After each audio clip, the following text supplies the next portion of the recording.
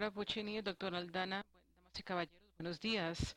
Voy a hablar acerca del síndrome de transfusión feto-fetal y les voy a comentar un poquito la historia de este síndrome de transfusión, porque yo recuerdo que cuando yo inicié mi investigación, uno de mis primeros intereses fue este síndrome de transfusión feto-fetal y después estamos hablando del 1987, cuando de pronto habían 3 o 4 o 5 artículos publicados y reporte de casos.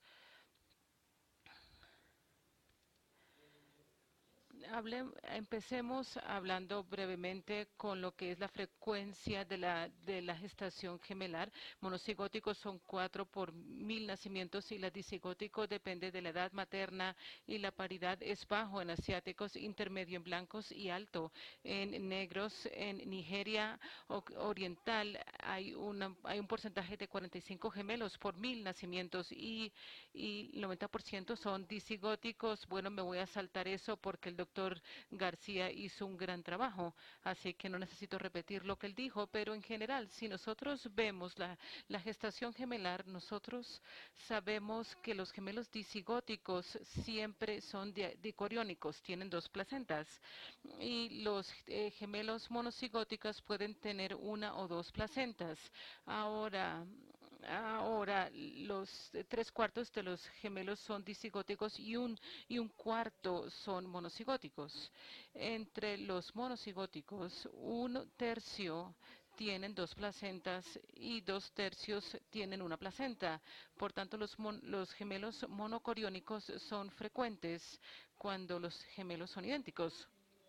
¿Cómo establecemos el diagnóstico de corinosidad y aminicidad? Bueno, con ultrasonido, tratando de ver el sexo, la placenta, las membranas y también, tal como lo dijo el doctor García, también debemos ver el, la señal lambda y también tenemos ver la señal T en etapa temprana de la gestación entre las 12, 13, 14 semanas de gestación, porque después de las 18 y 21 semanas no vamos a poder ver la señal lambda o la señal T.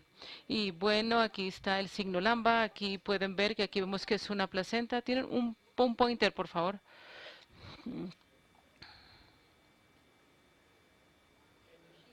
Y aquí tenemos una placenta y aquí tenemos el signo lambda. Cuando ustedes ven este signo, ustedes saben que hay 2 placentas.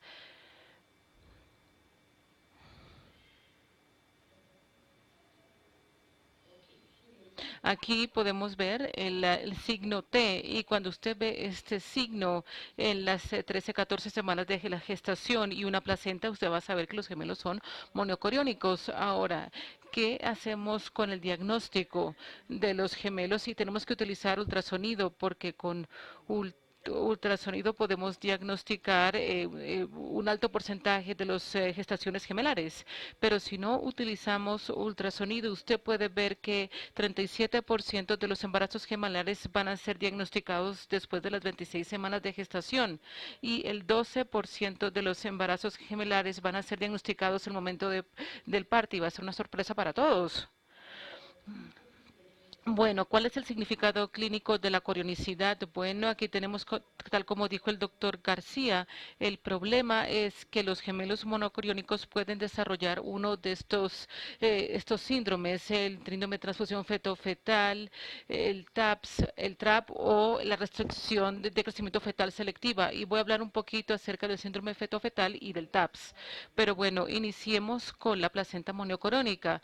Todas las placentas monocoriónicas tienen una estomosis vascular entre los 2 cordones. Todos los cordones están al nivel de la placenta.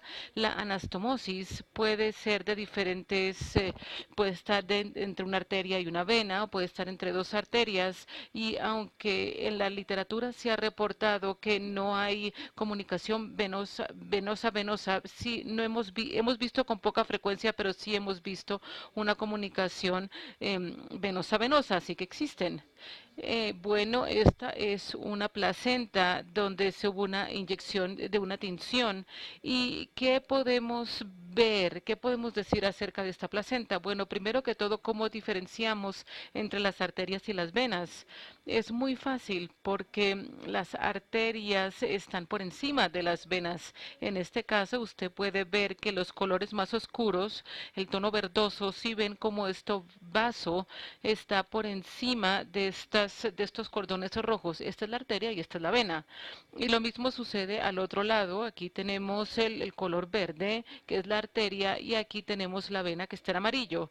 ¿Qué sucede con la comunicación? La comunicación puede darse entre los dos cordones o pueden estar dentro del mismo gemelo. Por ejemplo, aquí usted puede ver una comunicación entre una arteria y una vena. Y aquí, y esta es la arteria de un gemelo y esta es la vena del otro gemelo. Pero, por ejemplo, a este nivel podemos ver que hay una comunicación, pero pertenecen al mismo gemelo. Y aquí podemos ver otra comunicación AB que pertenece al mismo gemelo, por tanto no generan ningún tipo de problema. Y aquí ustedes pueden ver otro tipo de comunicación. Ahora, todas las placentas monocoriónicas tienen comunicación vascular, todas, casi al 100%, pero entre un 5 y 15% de los casos nosotros podemos tener un síndrome de transfusión feto-fetal. ¿Esto qué significa? ¿Esto qué es? ¿Y por qué? Si todo el mundo se comunica, ¿por qué solamente vemos esto en el 5, 10 o 15% de los casos? Bueno, iniciemos primero con la definición del síndrome de transfusión feto-fetal, porque la definición ha cambiado muchas veces a lo largo de los años. Hoy en día lo que nosotros necesitamos para establecer el diagnóstico del TTS, primero tener una placenta monocoriónica y después el polidramnios y el oligodramnios. Así que el polidramnios en un saco gestional y un oligodramnios en otro saco gestacional. Una de las confusiones que nosotros hemos visto en la literatura es la siguiente. El polidramnios 8 centímetros y yo no pienso que esto sea preciso, porque 8 centímetros depende mucho en la edad gestacional. Sí, si usted tiene 16, 17, 18 semanas, yo pienso que está bien tener los 8 centímetros como la bolsa más grande para definir el polidramnios, pero si tiene 24 semanas y tiene una bolsa de 10 centímetros y usted tiene y por el otro lado tiene una bolsa de 2 centímetros, de pronto lo que tiene es un TTS, pero nada hay que hacer. No es necesario hacer nada. Esto es uno de los problemas que hemos tenido durante los años, porque se han hecho muchos procedimientos innecesarios, creo yo, porque no se necesita nada. Pero obviamente queremos hacer los procedimientos y todo el mundo era muy agresivo, pero fuimos uno de los primeros grupos a finales de los 90 que propuso 8 centímetros antes de 20 semanas de gestación y 10 centímetros después de 20 semanas de gestación. Y el ensayo randomizado que se hizo en Francia, y ahora les cuento sobre esto, utilizaron este tipo de definiciones también. Así que yo pienso que 8 centímetros no deberíamos mirarlo después de 20 semanas de gestación. Ahora, ¿qué sucede con los estadios del TTS? Yo pienso que el doctor Quintero merece mucho crédito porque él fue el que compiló todo esto. Estadio 1 es un poligodramnios y la vejiga aún sigue siendo vista como un donante. En el estadio 2 la vejiga ya no se ve. En el estadio 3 hay un Doppler anormal y aquí también hay una confusión porque ¿qué significa un Doppler anormal? Yo pienso que cualquier tipo de Doppler anormal debe ser un estadio 3 y 4 es cuando hay drops en uno o ambos gemelos y el 5 es cuando hay un óbito fetal en uno o ambos gemelos. Entonces, sí hay comunicación en todas las placentas monocoriónicos, pero como les dije antes, solamente en algunos casos tenemos el síndrome de transfusión feto-fetal. ¿Cómo y por qué? A mí me gustaría contarles una historia, el historia de Cheng y Eng. Esta historia fue hace mucho tiempo y fue Bernishko quien me contó acerca de esta historia. Y Cheng y Eng vivieron hace 200 años, nacieron en Tailandia. Después de eso, Creo que alguien los compró como esclavos y los trajo a los Estados Unidos, pero más adelante yo pienso que se hicieron muy ricos y de hecho tuvieron una plantación en Carolina del Norte. Ellos eran gemelos unidos y tenían una vida muy similar porque ambos se casaron con una mujer diferente y por los primeros años ellos vivieron juntos, pero después de un tiempo se separaron y pasaban una semana en la casa de Cheng y una semana en la casa de Ang. Y entre los dos tuvieron 21 hijos. Y ahora, y se casaron con dos hermanas. Pero qué es importante acerca de Chang y Ang es lo siguiente. Chang era un alcohólico y Ang no bebía. Y cuando Chang se emborrachaba, no, entonces Chang se enfermaba y Ang estaba bien. El día que Chang falleció, Ang dijo, yo sé que yo me voy a morir el día de hoy. Y adivinen qué, se murió a las 3 horas. Y la autopsia mostró que sangró hasta la muerte. Entonces, con esta historia, yo no sé si ustedes puedan compilar el por qué pueden tener el síndrome de transfusión fetal, porque hasta que estuvieron vivos, aunque se habían comunicaciones a nivel de la parte donde estaban unidos, no estaban compartiendo la sangre, uno era alcohólico y el otro no lo era. Pero cuando Chang falleció, Ang también falleció, porque habían estas comunicaciones y por tanto la sangre de Ang iba a Chang y por tanto falleció hasta morir. Otra cosa que sucede con el síndrome de transfusión feto-fetal, en la mayoría de los casos hay un equilibrio a nivel de la placenta, la comunicación está balanceada y no se comparte la sangre, incluso aunque haya comunicación. Pero si por cualquier motivo, por el motivo que aún no comprendemos, una, uno de estos este equilibrio se crea un desequilibrio, la consecuencia sería el síndrome de transfusión feto-fetal. Tenemos teorías, pero no sabemos por qué el TTTS aún así se desarrolla hoy en día. Bueno, estos son los descendientes de Chang y Eng y ellos viven en Carolina del Norte. La mayoría de ellos a veces se reúnen y se toman fotos. Aquí pueden ver que están en la página, aquí ven cómo están en las portadas de las revistas. Cuando nosotros establecemos el diagnóstico del síndrome de transfusión feto-fetal, ¿qué hacemos? Sabemos que tenemos que ofrecer a los pacientes un tipo de tratamiento, porque si no se trata, lo más probable es que el embarazo no le va a ir bien y los gemelos van a fallecer. No en 100% de los casos, pero sí cercano al 100%. Nosotros sabemos que tenemos que ofrecer algún tipo de terapia. Sí hay varias terapias que se han establecido a lo largo de los años. Yo pienso que la más común en los 90 fue la amniorreducción. La amniorreducción es la remoción del fluido amniótico del saco gestacional del gemelo con poliandrios. ¿Y cómo funciona? Bueno, usted utiliza una aguja de 28, a veces usan 18, y después de eso simplemente drena 1, 2 hasta 3 litros. La amniorreducción. ¿O qué es lo que hace la amniorreducción? Bueno, hace la restauración del fluido intraamniótico normal y haciendo esto reduce el riesgo de parto pretérmino y la ruptura espontánea de las membranas. Y bueno, al mismo tiempo se ha reportado hace unos cuantos años que la amniorreducción reduce obviamente el malestar materno e incrementa el flujo sanguíneo uteroplacentario. Se hicieron estudios en las arterias uterinas que nos indicó esto. Ahora, si nosotros vemos la tasa de supervivencia con amniorreducción, en esa época, en el 91, la tasa de supervivencia iba de 0% a 100%. Pero saben, 100%, si usted mira los datos antes del 91, donde habían 1 o 2 sets, de pronto 3 sets, así que un set de gemelos están vivos, así que 100% de los casos sobrevivieron. ¿Qué hicimos en los 90? Bueno, nosotros generamos un registro internacional y yo creo que yo en ese entonces era un fellow y habían y habían 20 centros médicos que participaron en este registro, de los más importantes del mundo. Aquí están solamente 17, pero en realidad participaron 20.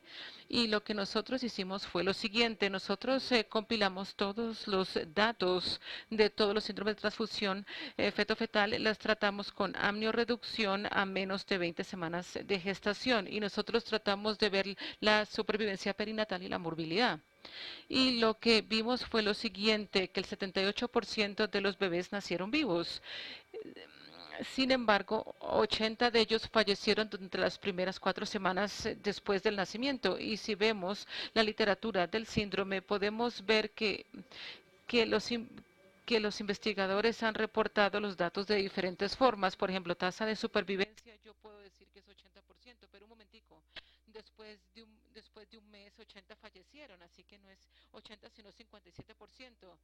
Incluso si están vivos al mes, ¿qué pasa a 6 meses o más? Y yo pienso que hubo mucha confusión en la literatura hace muchos años.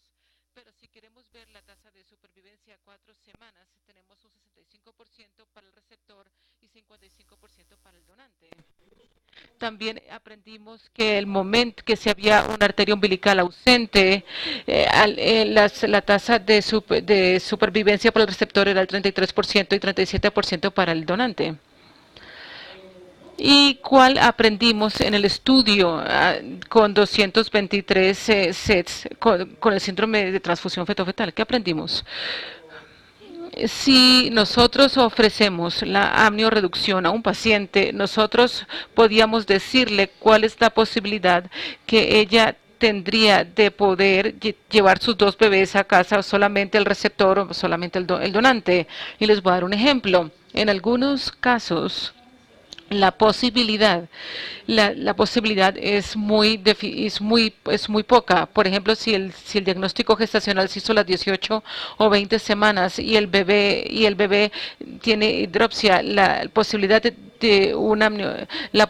que ambos bebés sobrevivan al nacer es de 6%. En cambio, si usted mira el receptor es 20% y para el donante es 25%.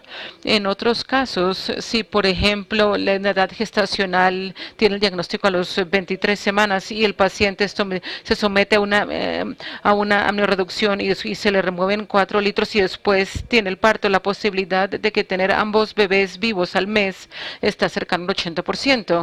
El receptor es 87% y el donante es 81%. Ahora, ¿qué pasa con las anormalidades en el scan craneal en los supervivientes? Uno de los problemas que nosotros tenemos cuando nosotros hacemos la amniorreducción o cuando tenemos el síndrome de transfusión fetal es el riesgo de que uno o ambos bebés pueden desarrollar algún tipo de anormalidades en el scan craneano. Hay aproximadamente un 25% para ambos, el donante y el recipiente, con la amniorreducción. No hay diferencia entre los dos.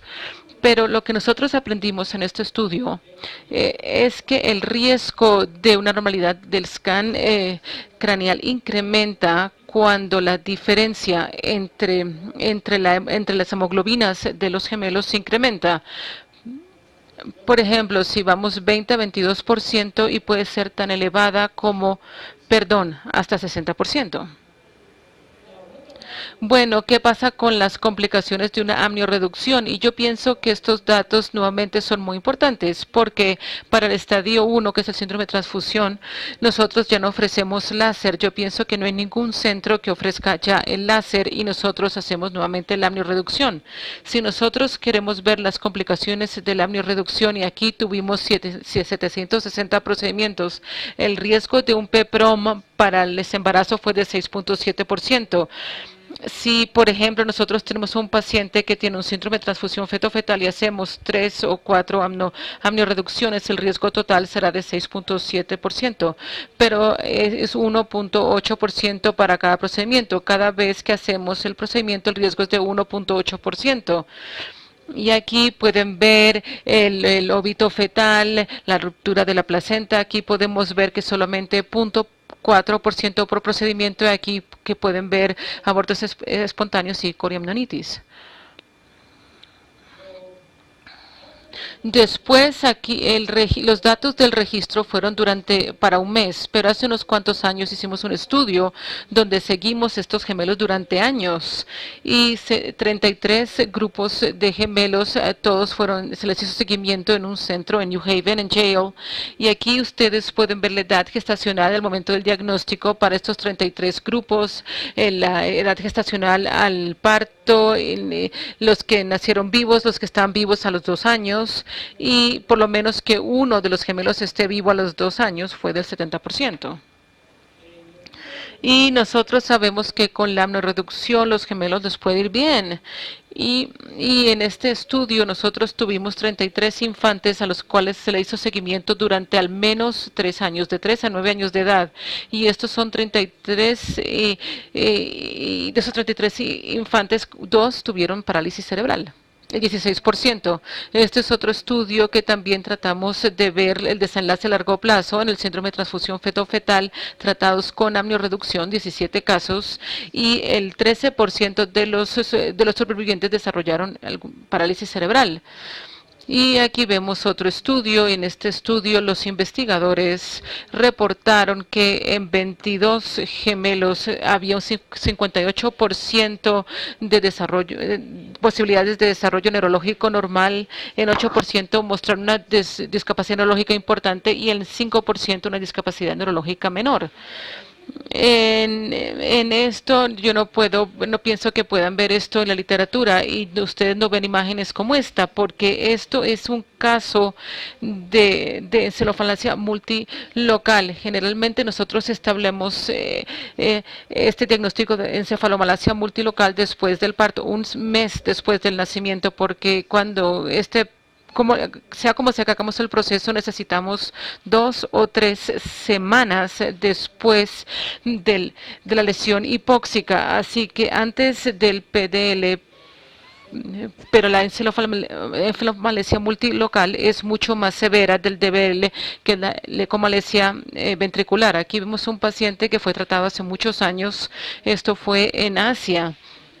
Y yo pienso que fue entre las 22 y 23 semanas de gestación. Y ella se le ofreció el láser, pero ella prefirió la amniorreducción después de un procedimiento, yo pienso, donde se le removieron 3 o 4 litros de fluido. El paciente no regresó para seguimiento. Yo me fui y uno de mis colegas fue al mismo sitio. Y el paciente, yo pienso, regresó después de 7 semanas. Y cuando apareció, había habido un óbito de un gemelo y había un enredo del cordón porque se había habido ruptura de la membrana, y el otro gemelo desafortunadamente se le diagnosticó la encefalopalacia multilocal cuando se conformó aparte. Bueno, la amniorreducción puede ser tratada en algunos casos, pero hace unos años también se inició un nuevo tipo de terapia, que sería la cirugía con láser, que se hizo muy popular, y el grupo en Francia hizo un ensayo randomizado en pacientes con el síndrome de transfusión feto-fetal, y lo que ellos vieron es que compararon la amniorreducción con la terapia con láser. Y inicialmente el plan fue estudiar 260, 270 pacientes. Sin embargo, aquí ellos querían ver el criterio de valoración primario era la tasa de supervivencia a los 7 y 12 meses, y también querían ver la morbilidad neurológica en ambos grupos. El estudio se interrumpió después de 140 casos, después de haber sido randomizado, y el motivo es que los datos eran tan fuertes en favor de la terapia con láser y por tanto se consideró poco ético seguir haciendo la randomización. Aquí ustedes pueden ver los datos que yo pienso que son datos excelentes. Obviamente los desenlaces no son los mejores, pero pienso que son datos reales hechos por el grupo que en verdad desarrolló la cirugía con láser con una terapia mínimamente invasiva, y lo que ellos reportaron es que el riesgo de leucomalacia periventricular era de 6% en el grupo tratado con láser y era de 14% en el grupo tratado tratado con amniorreducción. Y también ellos trataron de ver los gemelos si estaban, también querían ver si estaban vivos sin ningún tipo de anormalidad neurológica mayor a los 6 meses. Y lo que ellos encontraron es que vivos sin ningún tipo de normalidad neurológica mayor solamente fue el 52% en el grupo con terapia de láser y 31% en el grupo con amniorreducción. Después de este estudio, yo pienso que obviamente muchos centros empezaron a hacer la terapia con láser. Bueno. Y esto es un estudio que proviene del mismo grupo.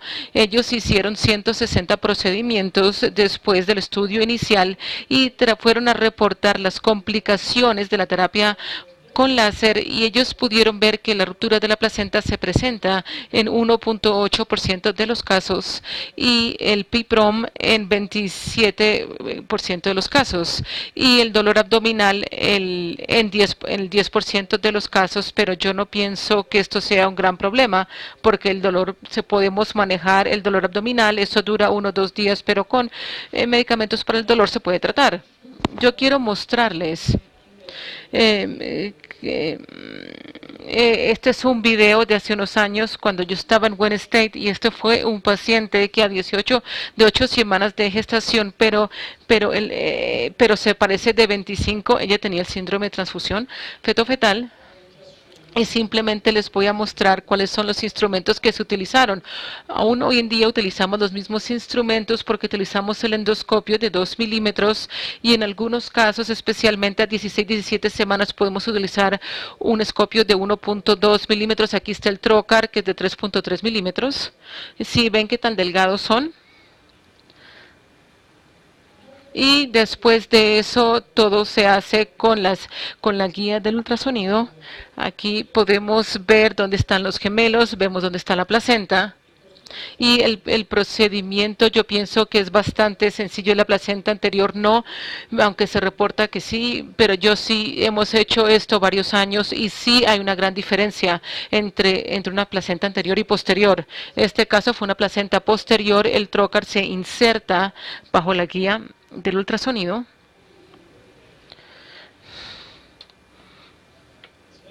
Es muy importante usted mira la placenta, usted mira dónde están las comunicaciones. A veces puede ser mucho más claro, otras veces puede verse la visión más borrosa. Aquí podemos ver las comunicaciones, aquí tenemos otra, esta es una comunicación AB.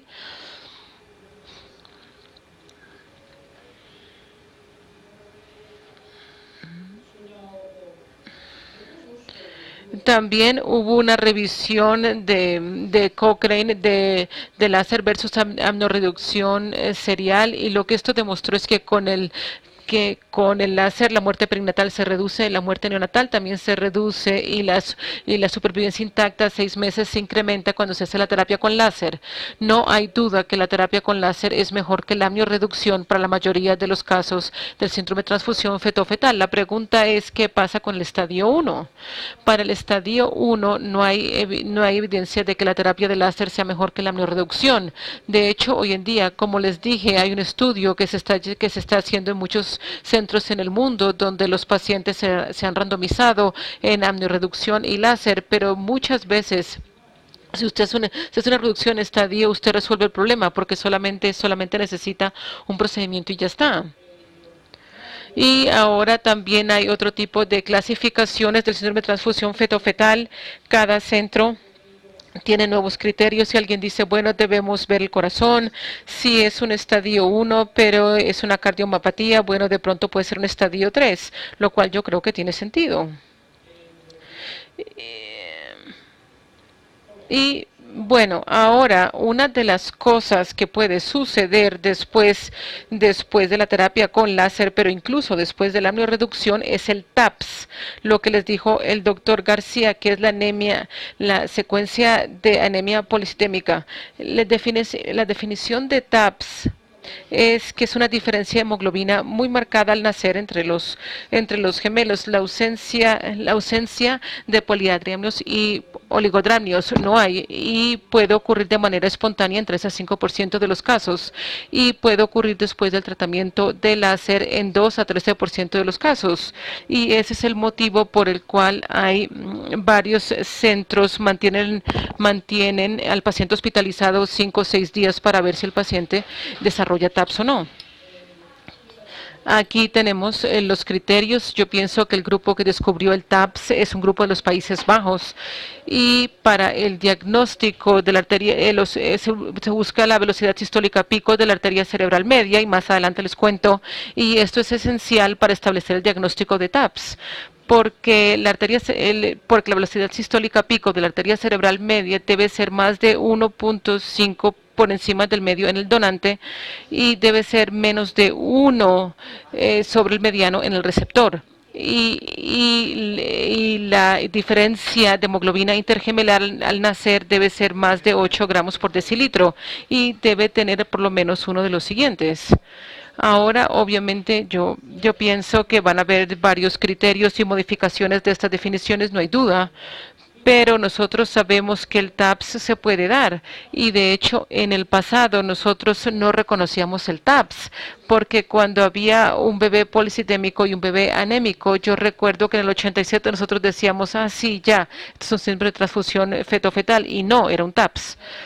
En esta placenta, si usted mira este punto blanco, usted puede ver que la placenta fue sometida a láser. Ahora hay una nueva técnica que ha sido propuesta, que se ha hecho para poder tratar el síndrome de transfusión feto-fetal. Hasta ahora hemos utilizado la técnica selectiva, donde vemos la anastomosis y nosotros vemos las comunicaciones y hacemos un láser en las comunicaciones. Con la nueva técnica que se llama la técnica de Solomon, es la siguiente. Usted hace el láser sobre las comunicaciones, pero después de eso lo que usted hace es que usted conecta todas las áreas a las cuales ha pasado el láser. Por tanto, usted pasa el láser de esta área para que usted divide la placenta en dos. Por tanto, al final es como tener dos placentas diferentes que no se comunican entre sí. Ahora, ¿qué pasa con los resultados? De hecho, este es un caso de TAPS. Y aquí vemos un caso del 87. En ese entonces nosotros pensamos que este era un síndrome de transfusión feto-fetal. Inició así, pero más adelante ellos desarrollaron el TAPS.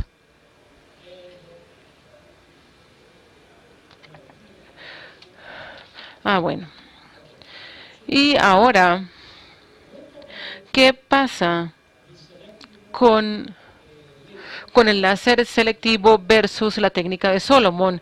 ¿Será que es mejor o no? Bueno, los datos que provienen del mismo grupo de Países Bajos muestran que si usted utiliza la técnica de Solomon, usted reduce la posibilidad de un TAPS de un 3%, de un 3% a 16%, y la recurrencia del síndrome de transfusión feto-fetal de 1% versus 7%. Estos son los datos. Yo no creo que todo el mundo esté utilizando la técnica de Solomon. Nosotros no la hacemos porque no es fácil, y muchas veces usted también puede hacer láser en vasos que son buenos, que no necesita tocar. Así que mi grupo no tiene tanta experiencia con la técnica de Solomon, pero parece ser que de pronto hay que verla. Y bueno, ¿qué pasa con el manejo de TAPS? Porque sí, nosotros sabemos que podemos establecer un diagnóstico de TAPS, pero ¿qué tenemos que hacer? Yo pienso que nadie sabe cuál sería la mejor manera en que se puede manejar el TAPS. Muchas cosas se han propuesto: el manejo expectante, inducción del parto, transfusión sanguínea, feticidio selesquipio y una cirugía con láser fetoscópica, pero en realidad nosotros no sabemos cuál es el mejor manejo cuando se diagnostica el TAPS. Y bueno, yo pienso que en conclusión, el síndrome de transfusión feto-fetal tiene un riesgo mayor de morbilidad y mortalidad independiente de la terapia, porque incluso con el láser es ideal para este síndrome, pero aún así se ven complicaciones. Y la terapia de láser es hoy en día la mejor tipo de terapia para el TTTS estadio 2, 3 y 4, pero no para estadio 1. Y la amniorreducción aparece ser la mejor tipo de terapia en el síndrome de transfusión estadio 1 sin cardiomiopatía. Y yo pienso que yo lo voy a dejar aquí y gracias por su atención.